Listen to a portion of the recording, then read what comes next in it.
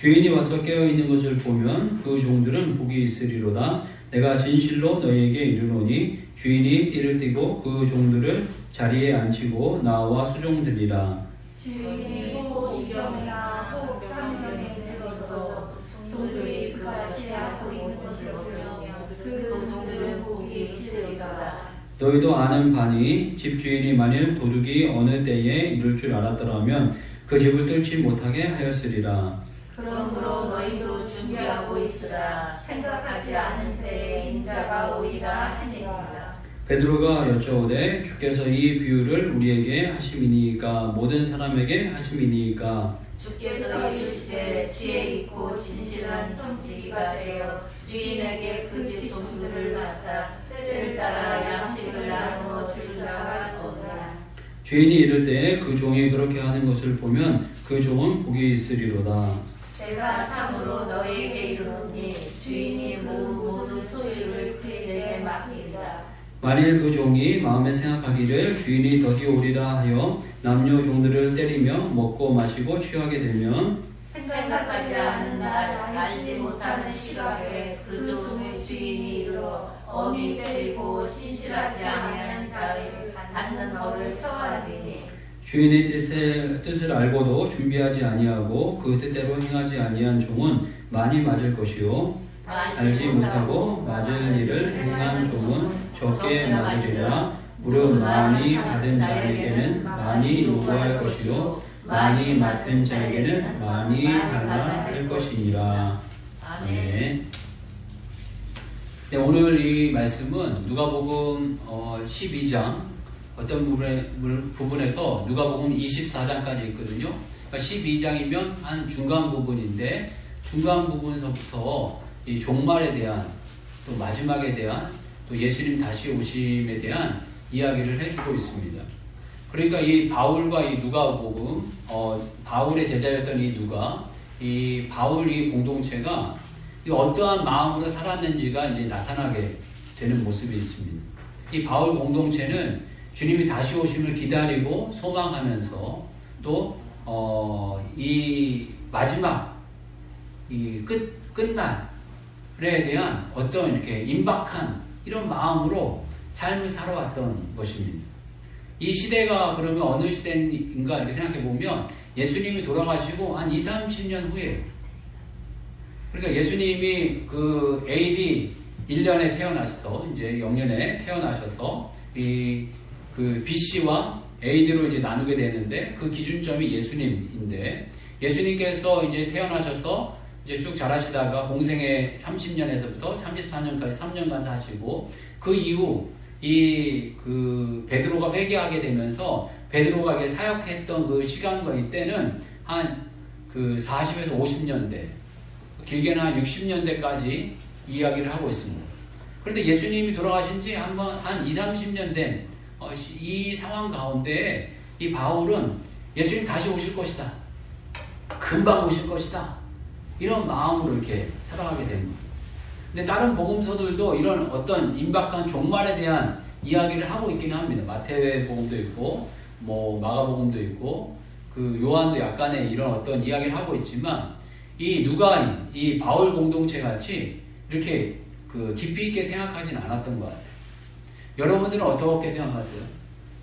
개인적인 죽음이라든가, 혹은 예수님이 오실 것이라는 것에 대해서 생각을 하고 살아가시는 그런 어떤 마음이 있으신가요? 하나님 말씀 가운데 이 종말이라고 하는 이 마지막 끝은 개인적인 죽음을 이야기하는 게 아니라 예수님이 이 땅에 오시는데, 예수님이 이 땅에 다시 재림하는 때를 이제 마지막 종말로 저희들에게 이야기하고 계십니다. 근데 여러분은 종말에 대해서 어떻게 생각하시나 모르겠어요. 종말에는 어떤 일이 일어날까요? 종말은 아예 없을까요? 분명히 성경에서는 종말이 마지막에 있다라는 것을 이야기하고 계십니다. 그 마지막 종말은 예수님이 오시는 때고, 예수님이 오셔서 우리 믿는 자들에게 새로운 처소를 주시고 우리가 소위 말하는 천국으로 새로운 삶을 시작하는 것이고 새로운 때를 맞이하게 되는 것을 말씀해 주고 계십니다. 그런 어떤 때의 어떤 모습에 대해서 말씀하시는 여러 부분들의 말씀이 있지만, 특히 요한계시록 같은데 많이 이렇게 나와 있지만, 우리가 만드는 우리가 들어갈 그 천국은 주님께서 만들어 두신 새로운 땅이라는 것을 이야기하고 계세요. 요한복음 14장 1절에서 2절 말씀인데요. 한번 같이 찾아서 읽어볼까요?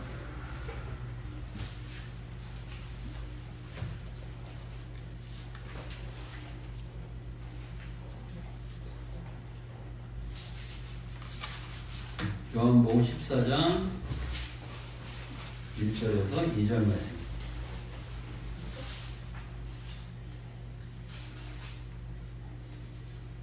네, 같이 읽겠습니다. 시작.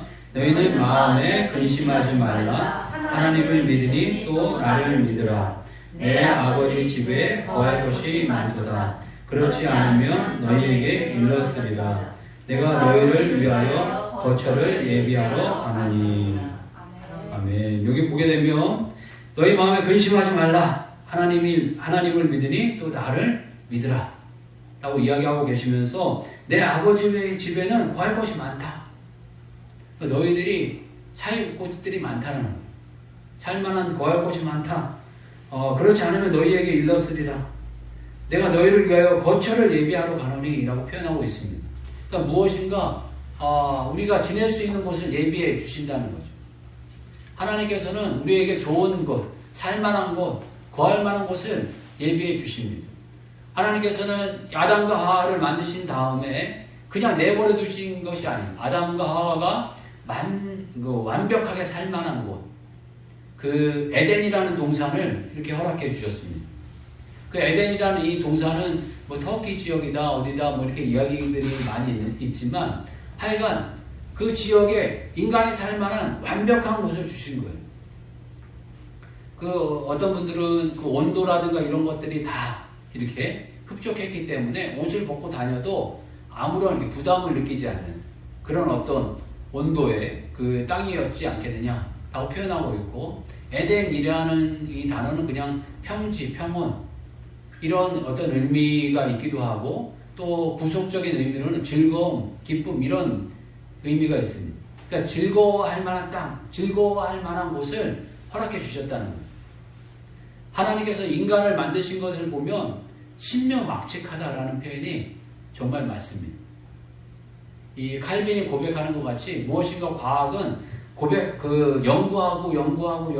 연구하게 되면 하나님의 놀라움을 발견하게 된다. 이런 표현을 하고 있습니다.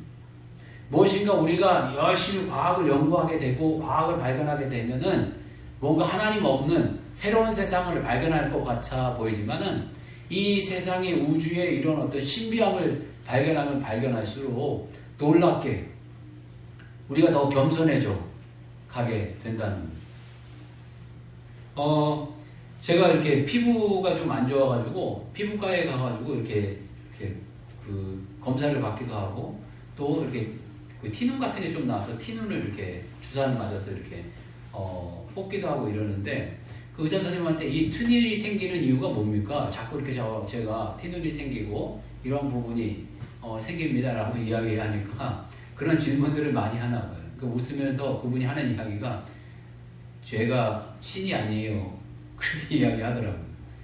왜 그런 게 생기는지 자기도 모른다는 거예요. 그냥 그렇게 생기고 그렇게 되어진다라고 이야기 하더라고요. 알 수 없는 부분이다라는 이야기죠. 우리의 삶 가운데 하나님께서는 이렇게 뭔가 알아가면 알아갈수록 더 하나님을 알아가는, 또 하나님을 발견하게 되는 모습이 있어지게 됩니다. 그리고 또 이 세상은 주님이 오시게 되면 어떻게 될까? 이런 생각을 해보게 되는데요. 여러분은 어떻게 될 것 같으세요? 이 지구가 나중에는 어떻게 될 것 같으세요? 여호와의 증인 같은 경우는 이 지구를 변화시켜서 하나님께서 우리 사람이 거할 처소로 완벽하게 좋은 장소로 변화시킬 것이다. 이런 표현도 하고 있는데, 그런 표현이 이 성경에서 나오지는 않습니다. 제 개인적인 생각으로는 지구는 어떤 면에서 이 나쁜 샘플이 아닐까 이런 생각을 갖습니다. 지구는, 이 땅은 저주받은 땅입니다. 하나님께서 이 저주하여서 우리가 수고하여서 먹을 수밖에 없는 그런 땅으로 하나님께서 만드신 곳이고, 또 인간의 그 여자분들은 해산의 수고와 남편의 다스림을 받게 하는 그런 구조 속에 살도록 이 땅과 또 이 사람은 저주받은 상태 가운데 있습니다. 그래서 우리가 과거에 누렸던, 아담과 하와가 누렸던 그 어떤 주님과 교제할 수 있는 그 영광은 완전히 깨어지고 부서져서 찾을 수 없는 상태가 되었다 라고 이렇게 표현하고 있습니다.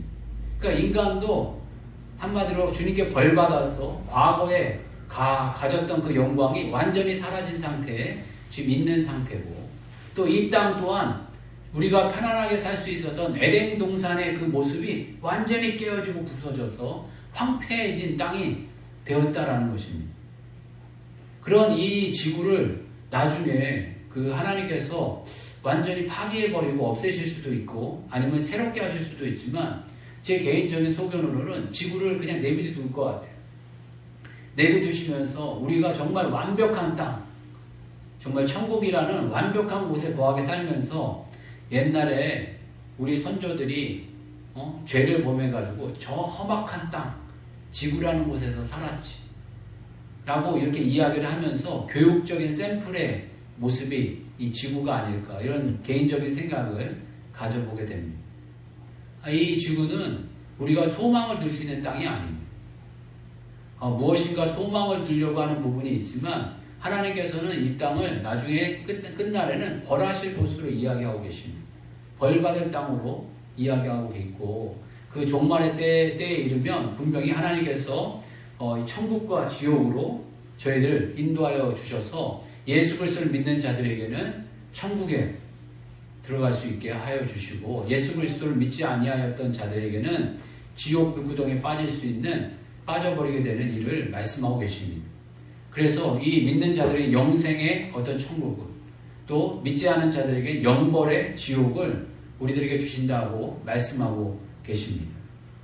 이런 마지막 때를 알고 있는 우리들이 해야 될 일이 있는데, 그게 뭐냐 하면은 이 바울은 우리들에게 해주시는 이 권면이 종말을 알고 마지막 때를 아는 자들에게 해야 될 일은 깨어있으라 라는 것입니다.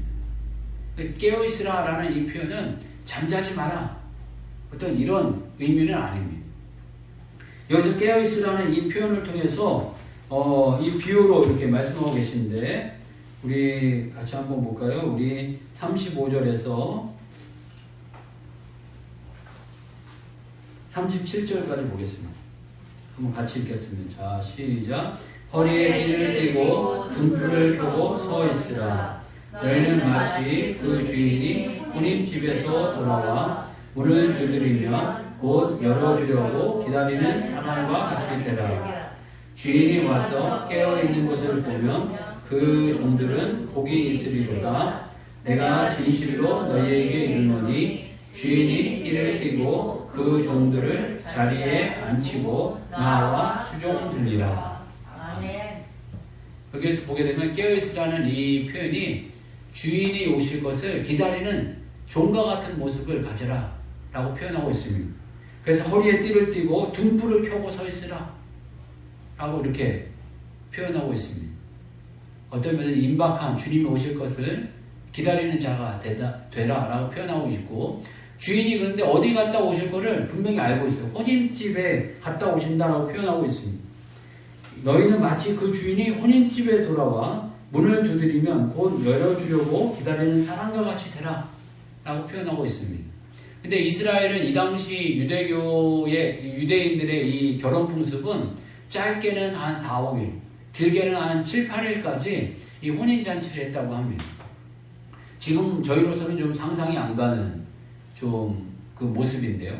이 당시에 이제 사람들은 이동거리도 멀고, 이동수단이 뭐 차가 있고 뭐 그런 게 아니어서 그랬는지 먼 데서 오는 손님들도 있고, 그러다 보니까 이 혼인잔치를 이 4, 5일, 7, 8일까지 막 이렇게 혼인잔치를 했다고 합니다. 그러니까 이 주인이 언제 오시고 언제 가시고 언제 오실 것이라는 것을 종들은 예상할 수 있다는 거죠.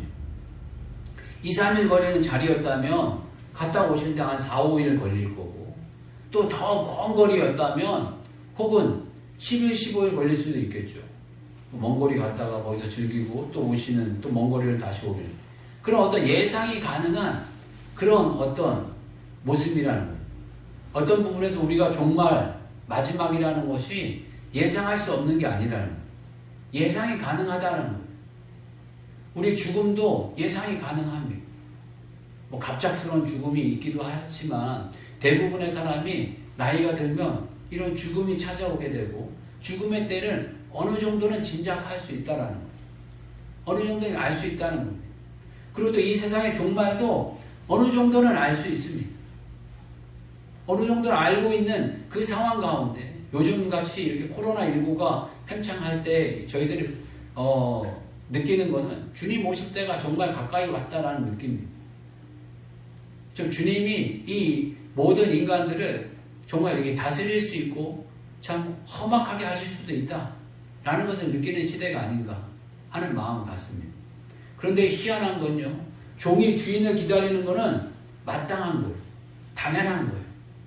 그런데 이 마지막 어떤 종말의 의미로 이런 비유를 하셔서 그랬는지 이 주인이 돌아오게 되면 이 37절을 보게 되면 주인이 와서 깨어있는 것을 보면 그 종들은 복이 있으리로다 라고 표현하고 있고, 내가 진실로 이런 표현 잘 안 씁니다. 바울은 진실로 이런 표현들 잘 안 써요. 요한복음 같은 경우에는 진실로 이런 표현들 많이 쓰지만 누가복음에서랑 이 바울은 진실로 이런 표현 잘 안 쓰거든요. 그런데 이거 분명하다라는 거예요. 틀리지 않았다. 진실로 너희에게 이르노니 주인이 띠를 띠고 그 종들을 자리에 앉히고 나와 수종들이라. 이건 주인과 종이 바뀐 거예요. 이 종을 대접해 주겠다는, 종을 높여 주겠다라는 표현을 이렇게 쓰시고 있습니다. 마지막 날을 생각하면서 마지막 날을 준비하고 마지막 날을 소망하고 이 주인 오실 것을 기대한 자들에게는 그에 합당한 대우를 해주겠다라는 표현입니다. 그러나 이 바울이 이런 생각을 늘 가졌던 사람이 아닙니다. 바울은 이러한 비유를 이렇게 생각하지 안 했습니다. 바울은 이 종이라는 개념이 철저했던 분입니다. 특히 바울이 종이라는 개념에 대해서 가장 잘 나타나는 게 무익한 종 개념으로 누가복음 17장에 나오게 됩니다. 누가복음 17장 한번 보겠습니다. 누가복음 17장 7절에서 10절 말씀입니다.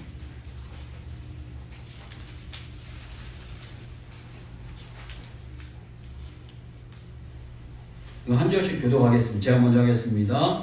너희 중 누구에게 밭을 갈거나 양을 치거나 하는 종이 있어 밭에서 돌아오면 그더러 곧 와서 앉아서 먹으라 말할 자가 있느냐? 도리어 그더러 내 먹을 것을 준비하고 띠를 띠고 내가 먹고 마시는 동안에 수저 들고 너는 그 후에 먹고 마시라 하지 않겠느냐? 명한 대로 하였다고 종에게 감사하겠느냐? 이와 같이 너희도 명령을 받은 것을 다 행한 후에 이르기를 우리는 무익한 종이라 우리가 하여야 할 일을 한 것뿐이라 할지니라. 아멘. 이게 바울의 종의 개념입니다. 그런데 이 오늘 이야기하는 이 종의 개념하고는 전혀 다른 모습이죠. 하찮은 일이라고 했는데 하찮은 일이죠.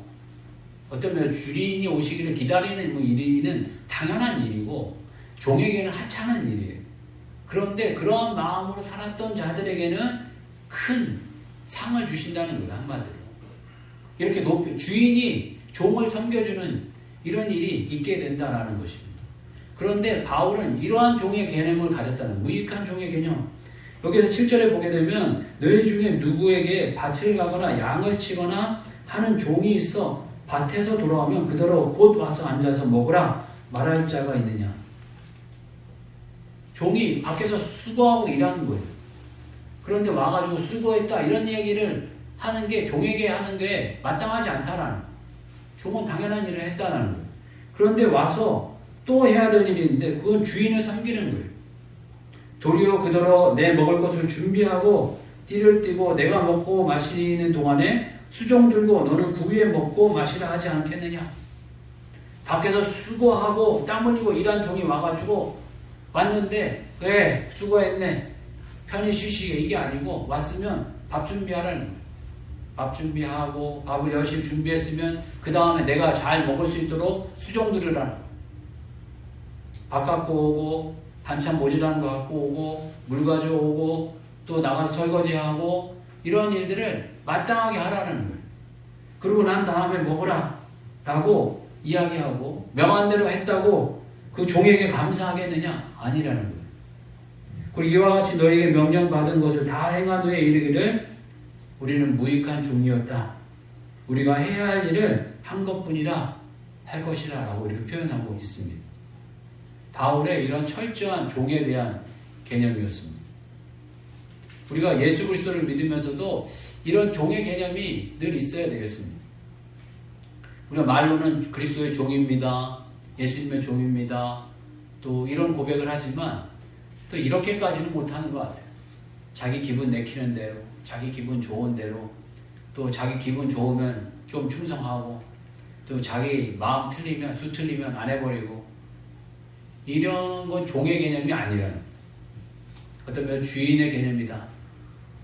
이런 마음이 있습니다. 우리가 이 종의 마음으로 주님을 기다린다는 것입니다. 그 주님 오심을 생각한다는 것입니다. 그 후반 보게 되면 이런 종이 마지막 주님 오실 그날을 기약하고 기다리는 종은 어떠한 종인가 이렇게 표현하게 될 때에 예수님이 약간 뜬금없는 말씀인 것처럼 이야기하지만 신실한 청지기에 대한 비유로 그 종의 개념을 말씀해 주고 계십니다. 우리 41절에서 42절 한번 볼까요? 41절, 42절 한 절씩 교독하겠습니다. 제가 먼저 하겠습니다.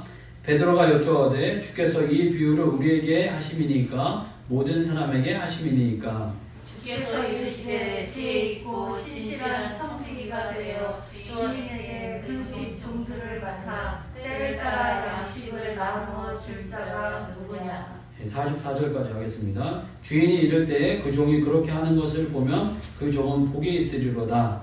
내가 참으로 너희에게 이르노니 주인이 그 모든 소유를 그에게 맡기리라. 아멘.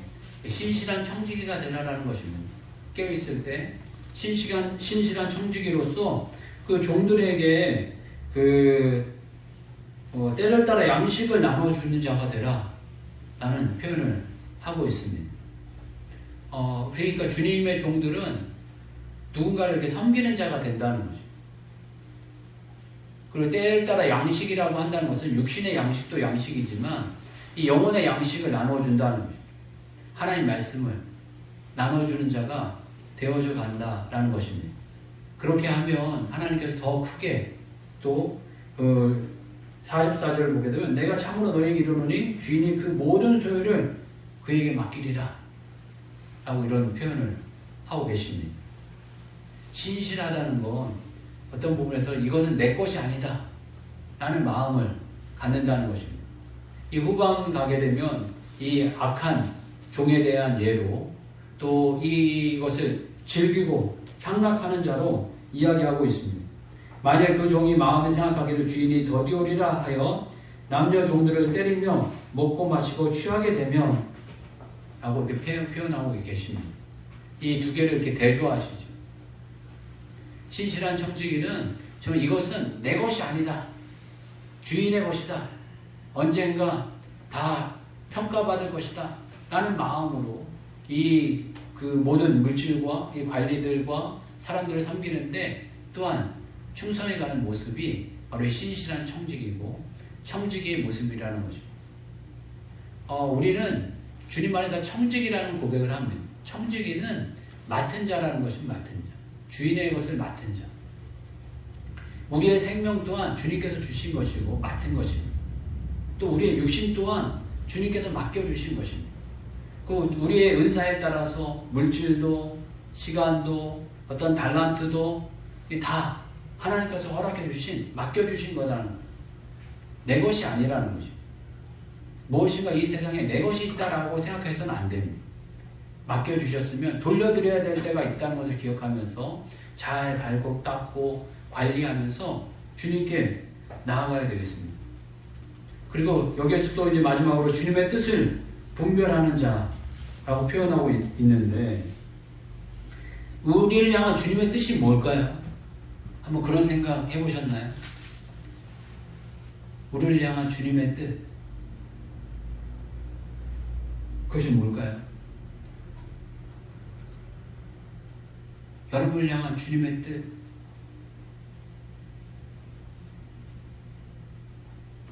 그냥 얘기해 보세요.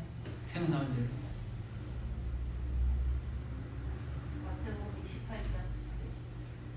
예, 마태복음 28장 18절에서 20절, 예, 지상 대명령으로, 이건 뭐 다른 명령 가운데 최고의 명령입니다. 하나님께서 우리들에게 허락해 주신 복음 전도의 명령입니다. 이건 뭐 다른 명령과 비교할 수 없는 아주 탁월하고 분명하고 굳건한 명령입니다. 어떤 면에서 주님의 이 뜻을 알고 저희들이 행하지 아니하면 나중에는 크게 책망받고 또 질타받을 것입니다. 알지 못하고 행하였다면 또 뭐 못했다면 질타를 덜 받겠지만, 우리가 예수님께서 허락해 주신 명령이 우리 복음 증거하고 예수 생명 전하는 것이 분명하다는 것을 우리가 깨달았다면 정말 이 부분에 대해서 끊임없이 최선을 다하고 열매 맺도록 애쓰고 힘써야 될 것입니다. 정말 이 주님의 명령 저희들이 잘 기억하고 행하였으면 좋겠고, 또 주님의 명령 가운데 우리가 거룩하고 또 우리가 완전해져 가기를 주님 원하십니다. 레위기 19장 2절 보게 되면, 너는 이스라엘 자손의 온 회중에게 말하여 이르라. 너희는 거룩하라. 이는 나 여호와 너희 하나님이 거룩함이니라. 표현하고 계시고, 마태복음 5장 48절 보게 되면, 그러므로 하늘에 계신 너희 아버지 온전하신 같이 너희도 온전하라 하고 말씀하고 계십니다. 하나님께서 우리들의 삶을 뭔가 안 되고 부딪히고 깨지고 답답하게 하시고 이런 어떤 일들은 거룩과 완전을 위함입니다. 그리고 거룩하고 완전해져 가도록 우리를 만드시고, 그 거룩하고 완전해져 가는 그 길 가운데 우리를 통하여서 하나님의 이 복음이, 하나님의 예수 그리스도의 생명이 흘러가게 되기를 원하십니다. 저희들 주님의 오실 날이 멀지 않았습니다. 멀었다고 생각하면 안 됩니다. 특히 바울 공동체는 멀지 않았다고 생각하면서 자기의 어떤 삶에 마음의 채찍질을 하면서 살았던 공동체가 아닌가 싶습니다. 주님이 당장 내일 오신다면 난 뭘 할까? 이런 생각을 해보고, 정말 내가 무엇에 가치를 두고 살아야 되나? 무엇에 최고의 가치를 두고 살아가는 사람인가? 다시 한번 생각해 보면서 깨어있고 신실한 청지기가 되고 하나님의 뜻을 잘 분별해서 주님의 뜻을 잘 이루어가는 종들이 되시길 주님으로 축복합니다. 같이 한번 기도하겠습니다. 기도할 때 주님 오실 날은 멀지 않았다. 저희들 그렇게 생각하면서 주님 오실 날을 소망하고 기대하고 또 평가받을 것을 저희들 기억하게 되면서 오늘 하루하루를 깨어있는 자, 주의 복음 전하는 자로 살게 해달라고 같이 한번 기도하겠습니다. 주여 한번 외치고 같이 기도하겠습니다.